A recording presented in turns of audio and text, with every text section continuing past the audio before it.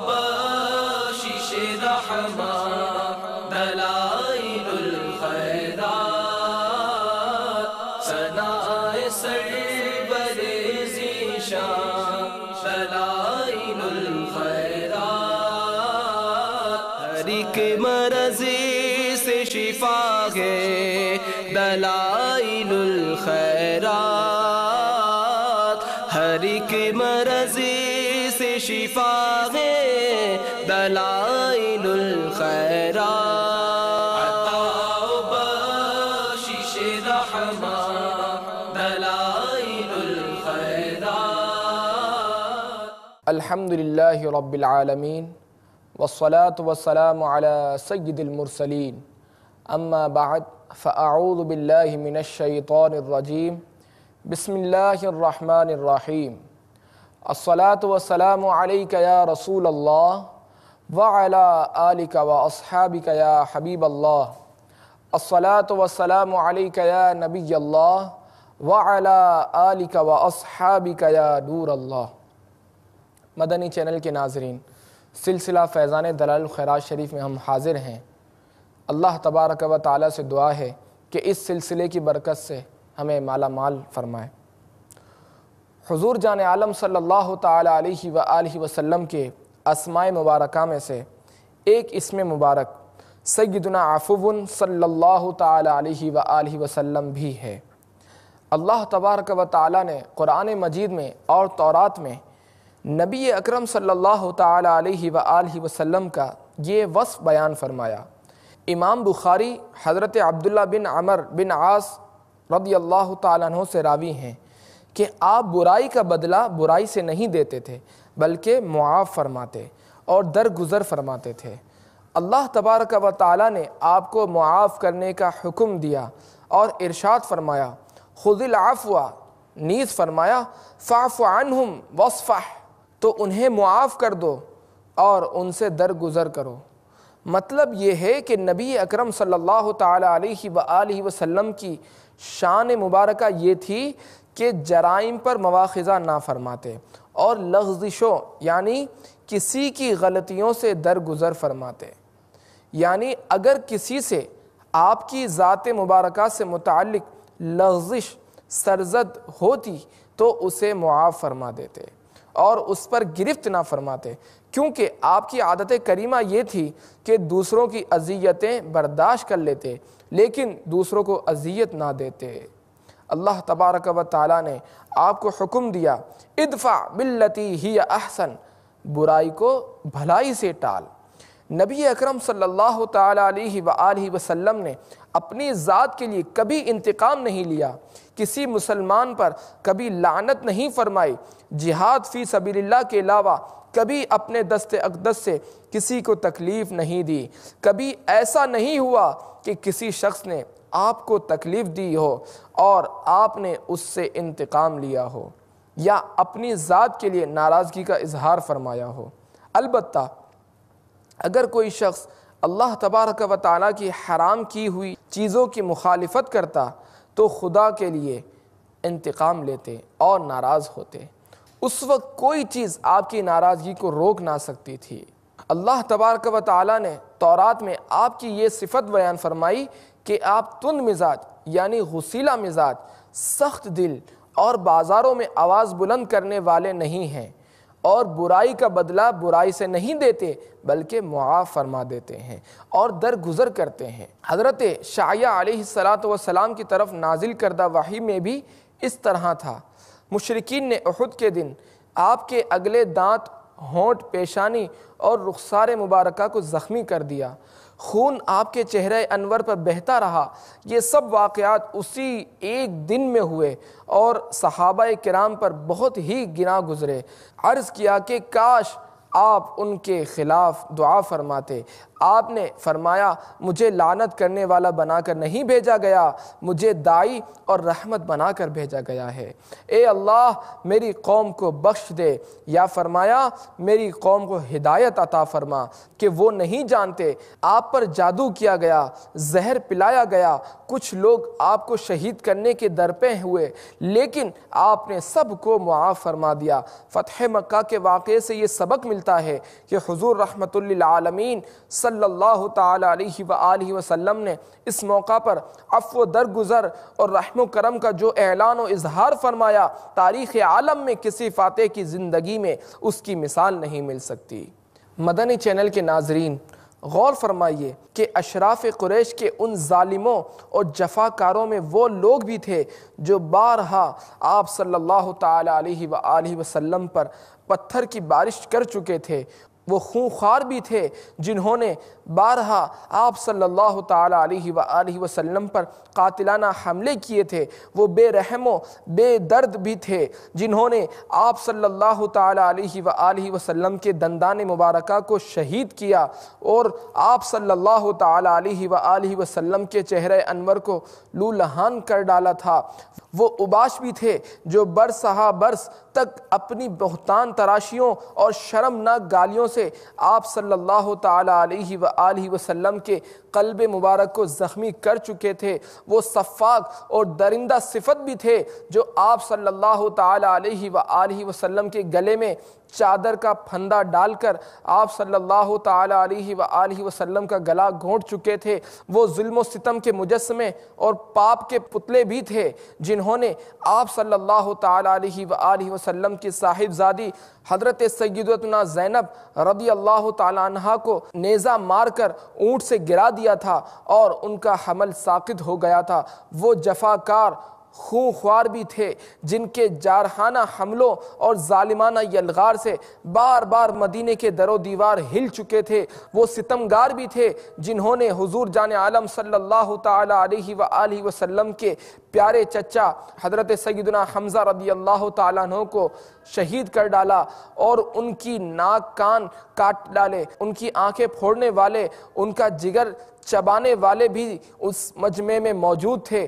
وہ بے رحم بھی تھے جنہوں نے شمع نبوت کے جانثار پر پروانوں حضرت بلال، حضرت صہیب، حضرت عمار، حضرت خباب، حضرت خبیب، حضرت زید رضی اللہ تعالیٰ عنہم کو رسیوں سے باندھ باندھ کر، کوڑے مار مار کر جلتی ریتوں پر لٹا دیا تھا، کسی کو آگ کے دہکتے ہوئے کوئلوں پر سلایا تھا، کسی کو سولی پر لٹکا کر شہید کر دیا تھا۔ یہ تمام جور و جفا اور ظلم و ستم گاری کے پیکر جن کے جسم کے رونگٹے اور بدن کے بال بال ظلم و ستم اور سرکشی و طغیان کے وبال سے شرمناک مظالم اور خوفناک جرموں کے پہاڑ تھے، آج یہ سب کے سب 10-12 ہزار مہاجرین و انصار کے لشکر کی حراست میں مجرم بنے ہوئے کھڑے کھڑے کانپ رہے تھے اور اپنے دلوں میں یہ سوچ رہے تھے کہ شاید آج ہماری لاشوں کو کتوں سے نچوا کر ہماری بوٹیاں چیلوں اور کووں کو کھلا دی جائیں گی اور انصار و مہاجرین کی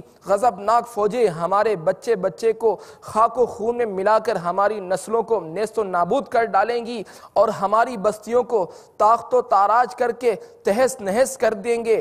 مگر ان سب مجرمین کو حضور رحمت للعالمین صلی اللہ تعالی علیہ وآلہ وسلم نے یہ کہہ کر معاف فرما دیا کہ انتقام تو کیسا، بدلہ تو کہاں کا، آج تم پر کوئی ملامت بھی نہیں۔ اے آسمان بول، اے زمین بتا، اے چاند و سورج تم بولو، کیا تم نے روئے زمین پر ایسا فاتح اور رحم دل شہنشاہ کبھی دیکھا ہے یہ کبھی سنا ہے؟ سن لو، تمہارے پاس اس کے سوا کوئی جواب نہیں ہے کہ حضور رحمت للعالمین صلی اللہ تعالی علیہ وآلہ وسلم کے سوا اور کوئی فاتح نہ ہوا ہے نہ ہوگا، کیونکہ رسول اللہ صلی اللہ تعالی علیہ وآلہ وسلم اپنے ہر کمال میں بے مثل و بے مثال ہیں۔ مسلمانوں، یہ ہے ہمارے حضور انور صلی اللہ تعالی علیہ وآلہ وسلم کا اسوہ حسنہ اور سیرت مبارکہ، لہٰذا ہم مسلمانوں پر لازم ہے کہ اپنے پیارے رسول صلی اللہ تعالی علیہ وآلہ وسلم کے اسوہ حسنہ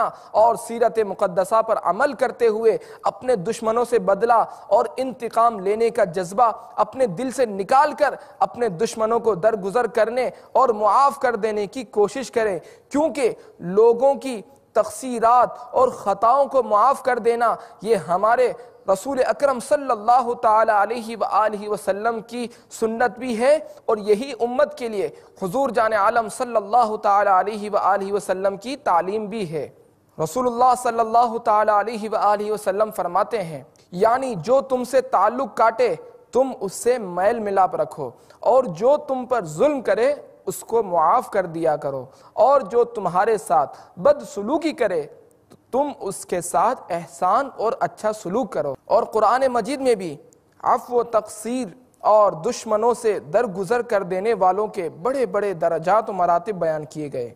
ارشاد ربانی ہے وَالْعَافِينَ عَنِ النَّاسِ، یعنی لوگوں کی خطاؤں کو معاف کر دینے والے اللہ تبارک و تعالیٰ کے محبوب بندے ہیں اور بڑے درجات والے ہیں۔ خداوند کریم ہر مسلمان کو رسول اکرم صلی اللہ تعالیٰ علیہ وآلہ وسلم کے اسوہ حسنہ اور سیرت مبارکہ پر عمل کرنے کی توفیق عطا فرمائے، آمین۔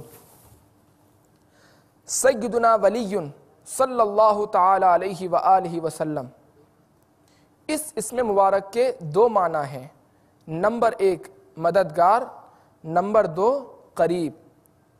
لغت میں ولی کا معنی قریب یا پیروکار ہے، ولی کا معنی قرب اور نزدیکی ہے۔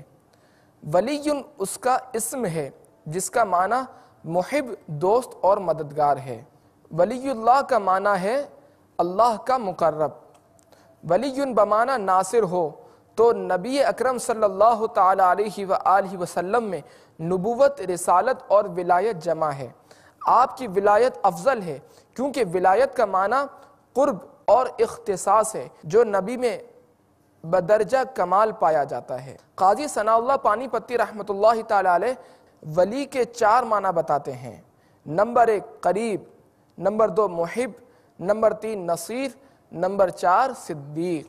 قریب یعنی وہ دنیا سے دور ہوتا ہے اور اپنے رب کے قریب۔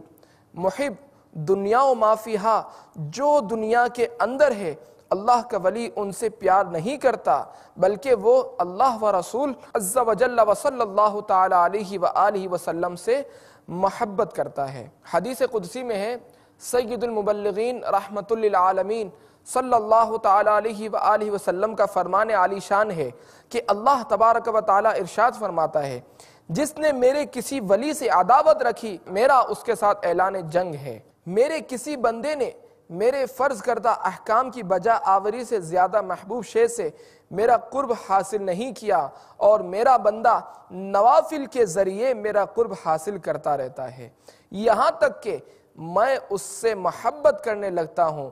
جب میں اس سے محبت کرنے لگتا ہوں تو میں اس کے کان بن جاتا ہوں جن سے وہ سنتا ہے، اس کی آنکھیں بن جاتا ہوں جن سے وہ دیکھتا ہے، اس کے ہاتھ بن جاتا ہوں جن سے وہ پکڑتا ہے، اور اس کے پاؤں بن جاتا ہوں جن سے وہ چلتا ہے۔ اگر وہ مجھ سے سوال کرے تو میں اسے ضرور عطا فرماتا ہوں، اگر وہ کسی چیز سے میری پناہ چاہے تو میں اسے ضرور پناہ عطا فرماتا ہوں۔ مدنی چینل کے ناظرین، یہاں جو بیان کردہ روایت ہے کہ میں اس کا ہاتھ بن جاتا ہوں، اس کی آنکھیں بن جاتا ہوں، اس کا مطلب یہ ہے کہ اللہ تبارک و تعالیٰ اسے ایسی طاقت عطا فرماتا ہے جسے روحانیت بھی کہتے ہیں۔ حضور داتا گنج بخش علی حجویری رحمت اللہ تعالیٰ علیہ نے کشف المحجوب میں ولی کے 8 معنی بتائے۔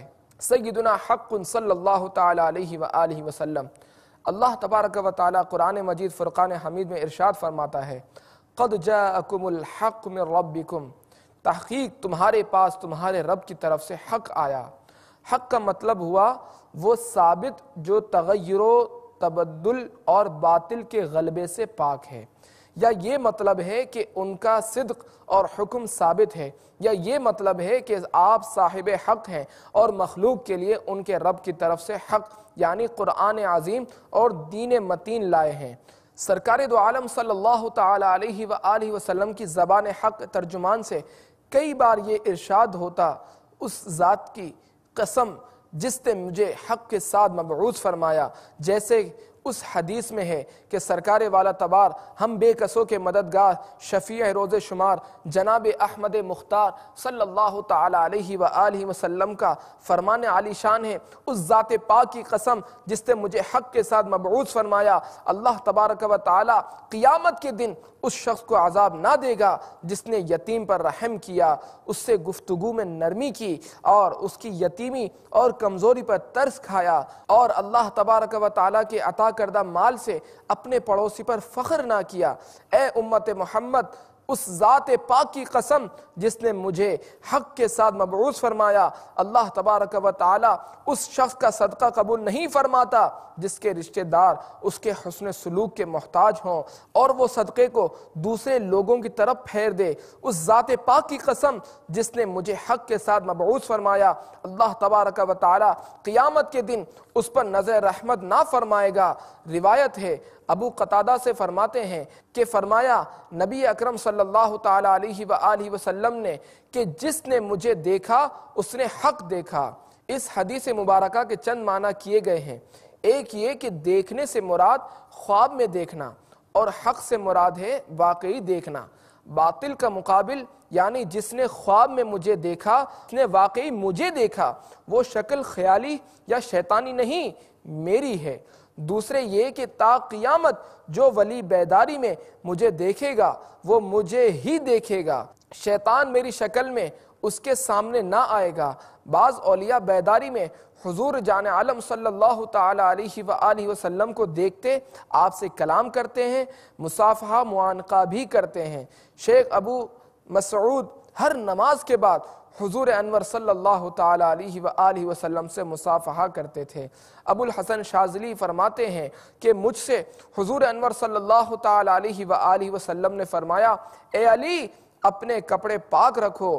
نور الدین یحییٰ نے روضہ انور سے جواب سلام سنا۔ شیخ ابو العباس کہتے ہیں کہ اگر میں ایک ساعت بھی حضور کا جمال نہ دیکھوں تو اپنے مرتد ہو جانے کا فتویٰ دوں۔ حضور غوث پاک رضی اللہ تعالیٰ عنہ وعظ فرما رہے تھے کہ شیخ علی ابن حیتی سامنے بیٹھے تھے کہ انہیں نیند آ گئی۔ حضور غوث پاک ممبر سے اتر کر ان کے پاس با ادب کھڑے ہو گئے اور حاضرین سے فرمایا، با ادب رہو، خاموش رہو، کہ کچھ دیر بعد علی بیدار ہوئے۔ جناب غوث پاک نے فرمایا، اے علی کیا تم نے خواب میں حضور کی زیارت کی؟ بولے ہاں۔ فرمایا اس لیے کہ میں تمہارے پاس با ادب کھڑا ہو گیا۔ فرمایا تم کو حضور نے کیا حکم دیا؟ عرض کیا آپ کی مجلس میں حاضر رہنے کا۔ شیخ علی نے کہا کہ جو کچھ میں نے خواب میں دیکھا جناب غوث پاک نے بیداری میں دیکھا۔ غرض کہ بیداری میں حضور کو دیکھنا اولیاء اللہ سے ثابت ہے۔ یہ حدیث اس بات کی دلیل ہے کہ کوئی شخص اس دنیا میں آنکھوں سے بیداری میں رب تبارک و تعالیٰ کو نہیں دیکھ سکتا۔ قرآن مجید فرماتا ہے لا تدرکہ الابصار، ان آنکھوں سے رب کو صرف حضور انور نے بیداری میں دیکھا، مگر زمین پر رہ کر نہیں بلکہ عرش سے ورا جا کر، یعنی معراج کی رات۔ ہاں خواب میں رب تبارک و تعالیٰ کی زیارت ہو سکتی ہے، بلکہ بعض خواص کو ہوئی ہے۔ حضور انور صبح کی نماز میں دیر سے آئے، بعد نماز فرمایا کہ میں نے رب کو اچھی صورت میں دیکھا۔ بعض لوگ اس حدیث کے معنی یہ کرتے ہیں کہ یہاں حق سے مراد رب تبارک و تعالیٰ کی ذات ہے، اور معنی یہ ہے کہ جس نے مجھے دیکھا اس نے خداوند تعالیٰ کو دیکھ لیا، کیونکہ حضور انور آئینہ ذات کبریا ہے۔ جیسے کہا جائے جس نے قرآن مجید پڑھا اس نے رب سے کلام کر لیا، یا جس نے بخاری دیکھی اس نے محمد بن اسماعیل کو دیکھ لیا۔ روایت ہے حضرت ابو ہریرہ رضی اللہ تعالیٰ عنہ سے فرماتے ہیں کہ فرمایا رسول اللہ صلی اللہ تعالی علیہ وآلہ وسلم نے کہ جس نے مجھے خواب میں دیکھا وہ عن قریب مجھے بیداری میں دیکھے گا، اور شیطان میری شکل نہیں بن سکتا۔ اس حدیث کے بھی چند معنی کیے گئے۔ ایک یہ کہ جس صحابی نے مجھے خواب میں دیکھا وہ مجھے قیامت میں بیداری میں دیکھے گا۔ دوسرے یہ کہ جس مسلمان نے مجھے خواب میں دیکھا وہ مجھے قیامت میں بیداری میں دیکھے گا۔ تیسرے یہ کہ جس مسلمان نے مجھے خواب میں دیکھا وہ مجھے اپنی زندگی ہی میں بیداری میں دیکھے گا۔ خواص اولیاء تو ظاہر ظہور دیکھیں گے، ہم جیسے عوام جن میں ضبط کا مادہ نہیں، راز چھپا نہیں سکتے، وہ مرتے وقت جب زبان بند ہو جائے گی تب پہلے مجھے دیکھیں گے، بعد میں وفات پائیں گے تاکہ وہ راز ظاہر نہ کر سکیں۔ چنانچہ حضرت عبداللہ ابن عباس نے ایک بار حضور جان عالم صلی اللہ تعالی علیہ وآلہ وسلم کو خواب میں دیکھا۔ بیدار ہو کر اس حدیث میں غور کیا اور سوچا کہ اب میں حضور انور صلی اللہ تعالی علیہ وآلہ وسلم کو بیداری میں کیسے دیکھوں گا؟ آپ اپنی خالہ ام المؤمنین حضرت سیدتنا میمونہ رضی اللہ تعالیٰ عنہ کے گھر تشریف لائے۔ حضرت میمونہ نے حضور کا آئینہ آپ کو دیا، جس میں حضور انور صلی اللہ تعالیٰ علیہ وآلہ وسلم اپنا چہرہ انور دیکھا کرتے تھے۔ حضرت ابن عباس نے جب آئینہ دیکھا تو اس میں بجائے اپنی صورت کے حضور انور صلی اللہ تعالیٰ علیہ وآلہ وسلم کی صورت شریفہ نظر آئی، اپنی صورت بالکل ظاہر ہی نہ ہوئی۔ چوتھے یہ، میرے زمانہ حیات شریف میں جو مسلمان مجھ تک نہ پہنچ سکا اس نے مجھے خواب میں دیکھ لیا، وہ انشاءاللہ ان قریب مجھ تک پہنچ جائے گا اور میری زیارت کر لے گا۔ مگر تیسرا معنی بہت قوی ہے، تیسرا معنی یہ کہ جس نے مجھے خواب میں دیکھا وہ ان قریب مجھے بیداری میں بھی دیکھے گا۔ یہ حضور کا وہ معجزہ ہے جو تا قیامت باقی ہے، کہ جیسے شیطان حضور جان عالم صلی اللہ تعالیٰ علیہ وآلہ وسلم کی زندگی مبارک میں آپ کی شکل اختیار نہیں کر سکتا تھا، یوں ہی تا قیامت کسی کے خواب میں بھی حضور جان عالم صلی اللہ تعالیٰ علیہ وآلہ وسلم کی شکل مبارک میں نہیں آ سکتا۔ حضور انور صلی اللہ تعالیٰ علیہ وآلہ وسلم کے سوائے اور تمام کی شکلوں میں آ جاتا ہے، خواب میں باتیں بھی کر جاتا ہے۔ سیدنا قوی صلی اللہ تعالیٰ علیہ وآلہ وسلم، ایک قول کے مطابق اس کا معنی یہ ہے کہ آپ اپنے حال میں قوی ہیں، اللہ تبارک و تعالیٰ کے اوامر یعنی حکم کی پیروی، نواہی سے اجتناب، اس کے احکام کے نافذ کرنے، اللہ تبارک و تعالیٰ اور بندوں کے حقوق کے ادا کرنے، شریعت و طریقت محو اس بات کے جمع کرنے، ظاہری احکام میں مخلوق کے ساتھ ہونے اور باطنی طور پر اللہ تبارک و تعالیٰ کی معیت میں منفرد ہونے پر قادر ہیں۔